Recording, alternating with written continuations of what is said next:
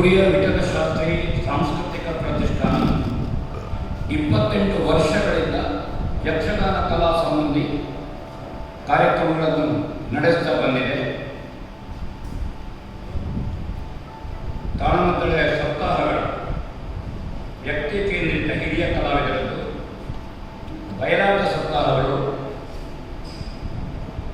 ದಾಖಲೀಕರಣಗಳು, ತೆಂಕುತಿಟ್ಟಿನ ಪೂರ್ವರಂಗ, ಪ್ರದರ್ಶನರಂಗ ಇತ್ಯಾದಿ. ಬನ್ನಂಜೆ ಸಂಜೀವ ಸ್ವರ್ಣರ ಬಡಗುತಿಟ್ಟಿನ ಪೂರ್ವರಂಗದ ದಾಖಲೀಕರಣವಾಗಿದೆ.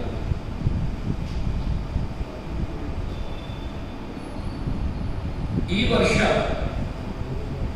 ಮೊನ್ನೆ ಯಕ್ಷಗಾನ ರಂಗಭೂಮಿಯಲ್ಲಿ 70 ವರ್ಷದ ವ್ಯವಸಾಯ ಪೂರೈಸಿದ, ದಾಖಲೆ ತಿರುಗಾಟ ಮಾಡಿದ ದಶಾವತಾರಿಗಳೆಂದೇ ಖ್ಯಾತನಾಮರಾದ ಡಾಕ್ಟರೇಟ್ ಪದವಿಯಿಂದ ಮರಣೋತ್ತರ ಪುರಸ್ಕೃತರಾದ ಗೋವಿಂದ ಭಟ್ರ ನುಡಿ ನಮನ ಕಾರ್ಯಕ್ರಮ ಇದು. ತೀರಾ ಬಡತನದಿಂದ ಯಕ್ಷಗಾನ ಪ್ರವೇಶ ಮಾಡಿದ ಗೋವಿಂದ ಭಟ್ರು ಅವರ ಪ್ರವೇಶದಿಂದ ತೆಂಕುತಿಟ್ಟು ಯಕ್ಷಗಾನದ ರಂಗಭೂಮಿ ಅತ್ಯಂತ ಸಮೃದ್ಧ ಮತ್ತು ಶ್ರೀಮಂತಗೊಂಡಿದೆ.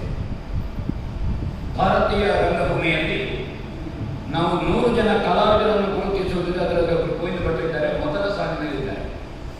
ಮೊನ್ನೆ ಜೋಶಿಯವರು ಮಾತಾಡಿದರು, ನಾವು ಯಕ್ಷಗಾನವನ್ನು ಕರಾವಳಿ ಕಲೆ ಅಂತ ಹೇಳಿಕೊಂಡೇ ಇನ್ನು ಹೊರಡಾಡುವುದಲ್ಲ, ಭಾರತೀಯ ರಂಗಭೂಮಿಯಲ್ಲಿ ಯಕ್ಷಗಾನಕ್ಕೆ ಸ್ಥಾನ ಇದೆ. ತಿಟ್ಟುಗಳ ಭೇದ ಇದೆ. 2 ತಿಟ್ಟುಗಳಲ್ಲಿ 2 ನಾನು ಪುನಃ ಬಡ ಅಂತ ಹೋಗುವುದಿಲ್ಲ. ತೆಂಕುತಿಟ್ಟು, ದಕ್ಷಿಣ ಕನ್ನಡ ತಿಟ್ಟು, ಬಡಗು ತಿಟ್ಟು ಅಂತ ಇದೆ. ಕುಂದಾಪುರದ ತಿಟ್ಟನ್ನು ದಕ್ಷಿಣ ಕನ್ನಡ ತಿಟ್ಟು ಅಂತ ಹೇಳಿದ್ರು. ಅದು ಈಗ ಇದು ಬಡಗ ಕರ್ಕಿ ಮೇಳ, ಗಿಡಗುಂಜಿ ಮೇಳಗಳು ಅಭಿನಯದ ವಿನ್ಯಾಸವನ್ನು ತಂದು ಅದು ದಕ್ಷಿಣ ಕನ್ನಡ ತಿಟ್ಟು. ಇಲ್ಲಿ ಕುಂದಾಪುರದ ಮಠಪಾಡಿ ನೀವು ಏನು ಶೈಲಿಗಳನ್ನು ಹೇಳುತ್ತೇವೆ ಅದಕ್ಕೆ ಅದು ನುಸುಳಿಕೊಂಡಿತ್ತು. ವಿಳಂಬ ನೀತಿಗಳು, ಅಭಿನಯಗಳು ಇತ್ಯಾದಿ. ಆಕ್ಷೇಪ ಹೇಳುವುದಲ್ಲ, ಒಂದು ಕಲೆ ಹೇಗೆ ಇನ್ಫ್ಲುಯೆನ್ಸ್ ಆಗ್ತದೆ ಅಂತ ಬೇರೆ. ಅಥವಾ ನಾವು ತೆಂಕುತಿಟ್ಟಿಗೆ ಹೋದರೆ ಕಥಕ್ಕಳಿ ಇತ್ಯಾದಿ ಕಲೆಗಳಿಂದ ಇನ್ನೊಂದು ಕಲೆ ಪ್ರೇರಣೆ ಪಡೆಯುವುದುಂಟು. ಜಾನಪದದಿಂದಲೂ ಪ್ರೇರಣೆ ಪಡೆಯುವುದು. ಭಾರತೀಯ ರಂಗಭೂಮಿಯಲ್ಲಿರುವಂತಹ ವಿವಿಧ ಕಲೆಗಳು ಒಂದಕ್ಕೊಂದು ಆದಾನ ಪ್ರದಾನ ಮಾಡಿದೆ. ಸಾಧಾರಣ 9 ಶಾಸ್ತ್ರೀಯ ಕಲೆಗಳಿದ್ದರೆ 2800ರಿಂದ 3000ವರೆಗೆ ಜಾನಪದ ಕಲೆಗಳಿವೆ. ತುಂಬ ವಿಸ್ತಾರವಾದ ರಂಗಭೂಮಿ. ಗೋವಿಂದ ಭಟ್ರು ಭರತನಾಟ್ಯ, ಕಥಕ್ಕಳಿ ಇತ್ಯಾದಿ ಅನ್ಯ ರಂಗಭೂಮಿಯನ್ನು ಕೊರಿಯೋಗ್ರಫಿ ಅಭ್ಯಾಸ ಮಾಡಿ ಅದನ್ನು ಯಕ್ಷಗಾನದ ನೃತ್ಯ ವಿಧಾನಗಳಿಗೆ ಅನಿಯೋಜ್ಯವಾಗಿ ಅಳವಡಿಸಿ ದೊಡ್ಡ ಕೊಡುಗೆಯನ್ನು ಕೊಟ್ಟಿದ್ದಾರೆ, ಶಾಶ್ವತವಾದ ಕೊಡುಗೆಯನ್ನು ಕೊಟ್ಟಿದ್ದಾರೆ. ಈ ಸಾಧನೆಯಲ್ಲಿ ಕುರಿಯ ವಿಠಲಶಾಸ್ತ್ರಿಗಳನ್ನು ಗುರುತಿಸಬೇಕು. ಈ ಭಾಗಕ್ಕೆ ಬಂದರೆ ಕೆರೆಮನೆ ಶಿವರಾಮ ಹೆಗಡೆ ಅವರನ್ನು ಕರ್ಕಿ ಹಾಸ್ಯದ ಮನೆತನವನ್ನು ನಾವು ಗುರುತಿಸಬಹುದು.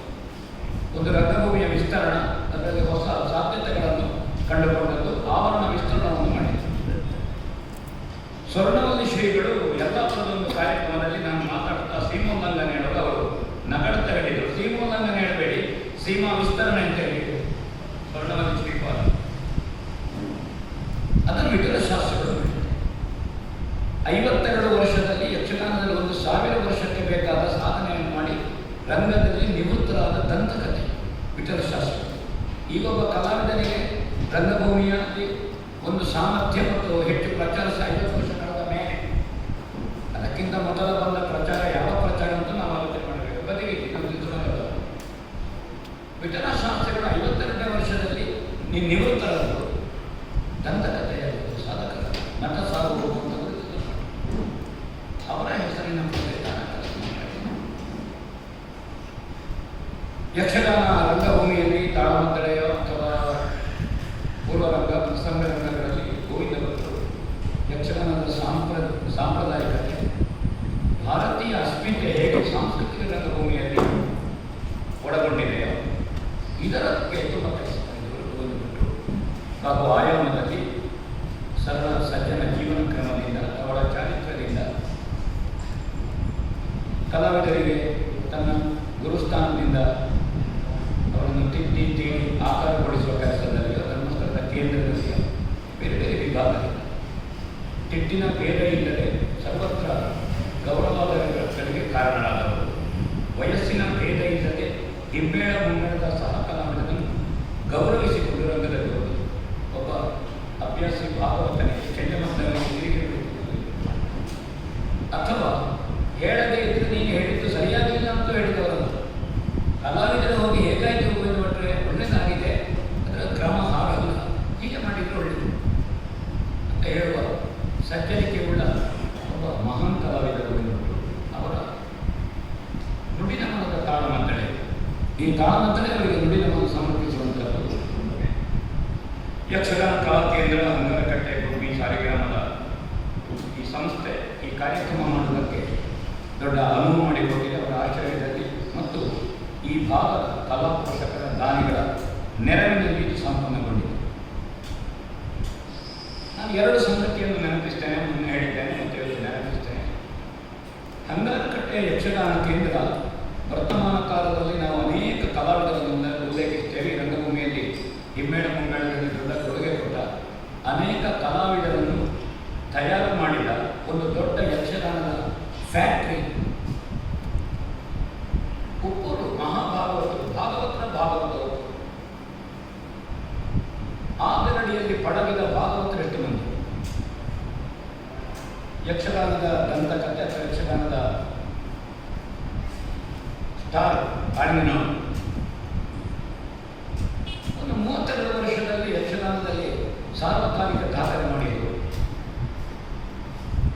ಯಕ್ಷಗಾನದ ಭಾಗವತಿಗೆ ಒಂದು ಸ್ಟಾರ್ ವ್ಯಾಲ್ಯೂ, ಅದಕ್ಕೊಂದು ಹೊಸ ನೋಟ. ಯುವಕರನ್ನು, ಹದಿಹರೆಯದ ಹುಡುಗರನ್ನು ಹುಡುಗಿಯರನ್ನು ಯಕ್ಷಗಾನಕ್ಕೆ ಆಕರ್ಷಿಸಿದ್ದು, ಪ್ರೈವೇಟ್ ಬಸ್ಸಿನಲ್ಲಿ ಹೋಟೆಲ್ನಲ್ಲಿ ಕ್ಯಾಸೆಟ್ ಬಿದ್ದದ್ದು ನಾವು ಪ್ರಪಂಚದ ರೆಕಾರ್ಡ್ ಆದ್ಮೇಲೆ ಕ್ಯಾಸೆಟ್. ನಾವರಿಂದ ಪ್ರೇರಿತರಾಗಿ ಯಕ್ಷಗಾನದ ಪೂರ್ವ ಶಿಷ್ಯರಾಗಿ ಯಕ್ಷಗಾನದ ಭಾಗವತಿಕೆಯ ಸ್ವರೂಪವನ್ನು ವಿಸ್ತರಿಸಿ ಸಾಗಿದವರು ದಾರೇಶ್ವರ. ಅನೇಕ ಸಂಗೀತದ ರಾಗಗಳನ್ನು ಯಕ್ಷಗಾನೀಯವಾಗಿ ನಾವು ಹೇಳಿಕೊಡಬಹುದು. ಯಕ್ಷಗಾನವನ್ನು ಸಾರ್ವತ್ರಿಕವಾಗಿ ಅದನ್ನು ವ್ಯಾಪಾರೀಕರಣ ಮಾಡಲಿಕ್ಕೆ ದಾರೇಶ್ವರ ಆಗಲಿಲ್ಲ, ಆದರೆ ಮಾರ್ಕೆಟ್ ಯಕ್ಷಗಾನದ ಮಾರ್ಕೆಟ್ ಅನ್ನು ವಿಸ್ತರಿಸಿದ್ದಾರೆ, ಅದನ್ನು ಉಳಿಸಿದ್ದಾರೆ. ಹಾಗಾದರೆ ಯಕ್ಷಗಾನದಲ್ಲಿ ಮೂಲ ಸತ್ವ, ಅದರ ಸ್ವರೂಪ, ಭಾಗವತಿಕೆಯ ಬಗ್ಗೆ ದಾರೇಶ್ವರದ ಸ್ಪಷ್ಟ ಇದ್ದದ್ದು. ಕಮ್ಮಟಗಳಲ್ಲಿ ಅದರ ಬಗ್ಗೆ ಮಾಹಿತಿ ಕೊಡುವ ಸಾಮರ್ಥ್ಯ ಇರುವುದು. ಒಂದು ಯಕ್ಷಗಾನದಲ್ಲಿ ಒಂದು ರಾಗವನ್ನು ಭಜನೆಯಲ್ಲಿ ಹೇಗೆ, ಆರ್ಕೆಸ್ಟ್ರಾದಲ್ಲಿ ಹೇಗೆ, ಅದನ್ನು ಯಕ್ಷಗಾನದಲ್ಲಿ ಹೇಗೆ, ಅದನ್ನು ಸಿನಿಮಾದಲ್ಲಿ ಹೇಗೆ ಹಾಡಿ ಹೇಳುವ ಸಾಮರ್ಥ್ಯವುಳ್ಳವರು ದಾರೇಶ್ವರ. ನಾವು ಒಂದು ಮಾತು ಹೇಳಿ ಮುಂದೆ ಹೋಗ್ತೇನೆ. ಶಿವರಂಜನಿ ರಾಗಗಳು ಅವರ ಇಂದ್ರಜಿತ್ತು ಸಿನಿಮಾದ ಯಾವ ಪದ್ಯವನ್ನು ಭೇಟಿ ಮಾಡೋದಂತ ಸಾಮಾನ್ಯವಾಗಿ ಭಾಗವತರು ಅದು ಕರುಣಾರಸಕ್ಕೆ ಬಳಸುವುದು, ಅದನ್ನು ಶೃಂಗಾರಕ್ಕೆ ಬಳಸಿದ್ದಾರೆ. ಅದನ್ನು ಶೃಂಗಾರಕ್ಕೆ ಬಳಸುವ ಸಾಮರ್ಥ್ಯವನ್ನು ನಾನು ಕಂಡದ್ದು ದಾರೇಶ್ವರ. ಅತ್ಯಂತ ಮತ್ತೆ ಬಾಕಿದವರು ಬಳಸಲಿಲ್ಲ ಅಂತ ನನ್ನ ಆಕ್ಷೇಪ. ಇಂಥ ಅನೇಕ ಸಂಗತಿಗಳು ಅಥವಾ ಎತ್ತರವನ ಬಾಲಗಳು, ಕಥನ ಕುತೂಹಲಗಳು, ಯುದ್ಧದಿಂದ ಸೋತು ಬರುವಾಗ ಕಥನ ಕುತೂಹಲ ಹೇಳುವಾಗ, ಯುದ್ಧಕ್ಕೆ ಹೊರಡುವ ಕಥನ ಕುತೂಹಲ, ಇಂತಹ ಹೊಸ ಸಾಧ್ಯತೆಗಳನ್ನು ದಾರೇಶ್ವರ ಮಾಡಿದರು. ಆ ಕಾರಣದಿಂದ ಮುಖದೆರಡು ಕಣ್ಣಿನ ಹಾಗೆ ನಮ್ಮ ಈ ಐರೋಡಿ ಹಂಗಾರಕಟ್ಟೆಯ ಕಲಾ ಕೇಂದ್ರದಿಂದ ಬಂದ ಔಟ್ಪುಟ್ಗಳು ಲಕ್ಷ ಮುಂದೆ ಎರಡು ಪ್ರಖರವಾದಂತಹ ಗಾನಯಾನದಲ್ಲಿ ಸಾಗಿದವರು. ಒಬ್ಬರು ಕಾಳಿಂಗನವರು, ಒಬ್ಬರು ದಾರೇಶ್ವರರು, ಇಬ್ಬರು ನಮ್ಮ ಜೊತೆಗೆ. ಆದರೆ ಅವರ ಸಾಧನೆ ಸಾರ್ವಕಾಲಿಕವಾದದ್ದಾಗಿದೆ. ಯಾಕಂದರೆ ಈ ಕೇಂದ್ರದಲ್ಲಿ ಹೊರಬಂದಂತಹ ವಿದ್ಯಾರ್ಥಿ ಈಗ ಕಲಿಸುವ ಸದಾನಂದ ಹೆಗಡೆ ತುಂಬ ಸ್ಟ್ರಿಕ್ಟ್. ವಿಶ್ವಾಮಿತ್ರ ಪ್ರತಿಭೆ ಅಥವಾ ಜಮದಗ್ನಿ ಪ್ರತಿಭೆ, ವಸಿಷ್ಠ ಪ್ರತಿಭೆ, ಅಗತ್ಯ ಪ್ರಜ್ಞೆ, ತಾಳ, ಲಯ, ಪ್ರಸಂಗದ ಇದು. ನಾನಿವತ್ತು ವೈಕುಂಠ ಹೇಳಿದವರ ಮಗ ಹಾಡುವಾಗ ನನಗೆ ಖುಷಿ ಆಯಿತು. ಯಾವ ವಿಕಾರ ಇಲ್ಲ. ಅದು ಯಾಕಂದರೆ ಸದಾನಂದ ಐತರ ಪ್ರೋಡಕ್ಟ್ ಅದು ಅವ್ರು ಇಷ್ಟೇ ಹೇಳಬೇಕು. ಮತ್ತು ಭಾಗವತನಿಗೆ ರಂಗದಲ್ಲಿ ಕೆಲಸ ಏನು ಅಂತ ಹೇಳಿದ್ದಾರೆ, ಬರೀ ಪದ್ಯದಲ್ಲಿ ಕೊಟ್ಟದ್ದಲ್ಲ. ಆ ಹುಡುಗರಿಗೆ ಪದ್ಯ ಮಾಡಬೇಕು ಏನಯ್ಯ ಇಂಥ ನೋಡಬೇಡ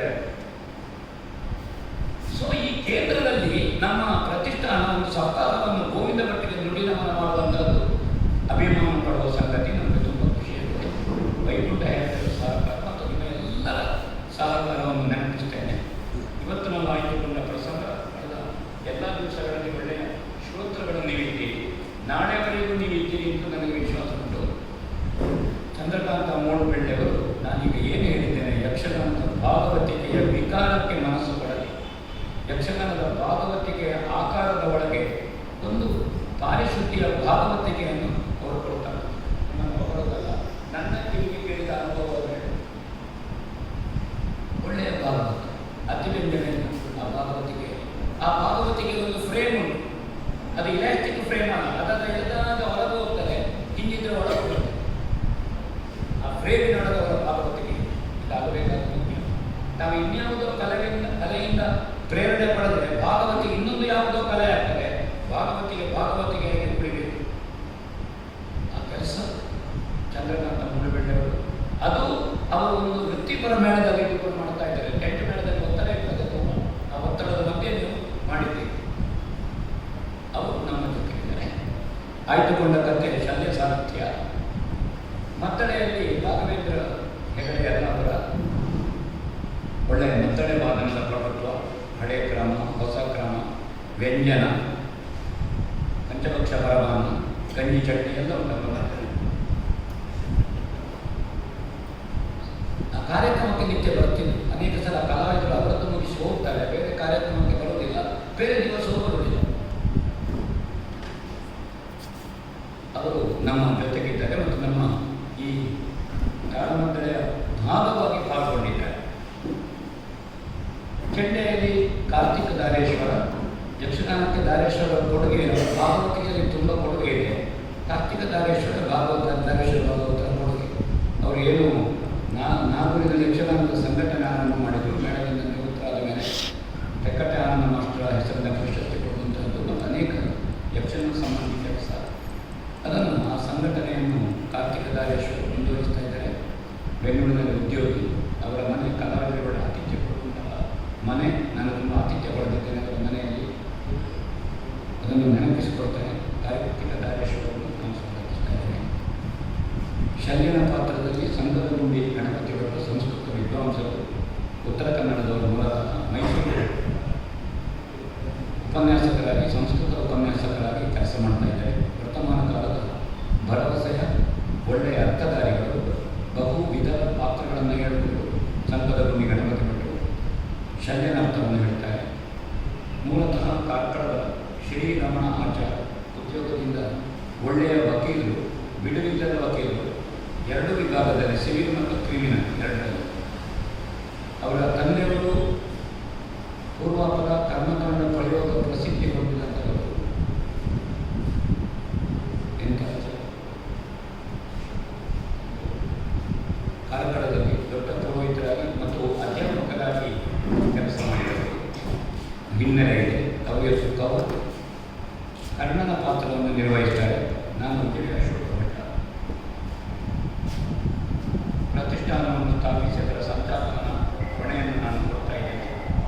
ಈ ಎಲ್ಲದರ ಹಿಂದೆ, ನಮ್ಮ ಪ್ರತಿಷ್ಠಾನದ ಯಶಸ್ಸಿನ ಹಿಂದೆ ಧರ್ಮಸ್ಥಳದ ಧರ್ಮಾಧಿಕಾರಿಗಳು ಶ್ರೀ ಡಿ ವೀರೇಂದ್ರ ಹೆಗಡೆಯವರ ಮಾರ್ಗದರ್ಶನ, ಆಶೀರ್ವಾದ ಮತ್ತು ನಮಗೆ ದೃಷ್ಟಿ ಕೊಡುವವರು. ನಮ್ಮ ವರ್ಷದ ಅಕ್ಕೇರಿಯ ಬಜೆಟ್ ಹೇಗುಂಟು ಅಂತ ಕೇಳಿ ನಮ್ಮ ಎಲ್ಲ ಇದಕ್ಕೆ ಸ್ಪಂದಿಸುವ ಪರಮಪೂಜ್ಯ ಧರ್ಮಾಧಿಕಾರಿಗಳು ಒಮ್ಮೆ ಪ್ರತಿಷ್ಠಾನವನ್ನು 25 ವರ್ಷ ಮಾಡಿ ನಿಲ್ಲಿಸುವುದು ಅಂತ ಹೇಳುವಾಗ, ಯಾಕೆ ನಿಲ್ಲಿಸಿದ್ದು, ನಾನಿದ್ದೇನೆ ಮುಂದುವರಿಸಿ ಹೇಳಿ, ನೀವು ಯಾವಾಗ ನಿಲ್ಲಿಸಬೇಕು ಅಂತ ನಾನೇ ಹೇಳ್ತೇನೆ. ಅವರನ್ನು ನಾನು ಅತ್ಯಂತ ಶ್ರದ್ಧೆಯಿಂದ ನೆನಪಿಸಿಕೊಂಡು 8:45 ತಾಳಮದ್ದಳೆಯನ್ನು ಮುಗಿಸಿಕೊಡುವ ಜವಾಬ್ದಾರಿ ನನ್ನಿಂದ ಸೇರಿ ಎಲ್ಲ ಕಲಾವಿದರಿಗೆ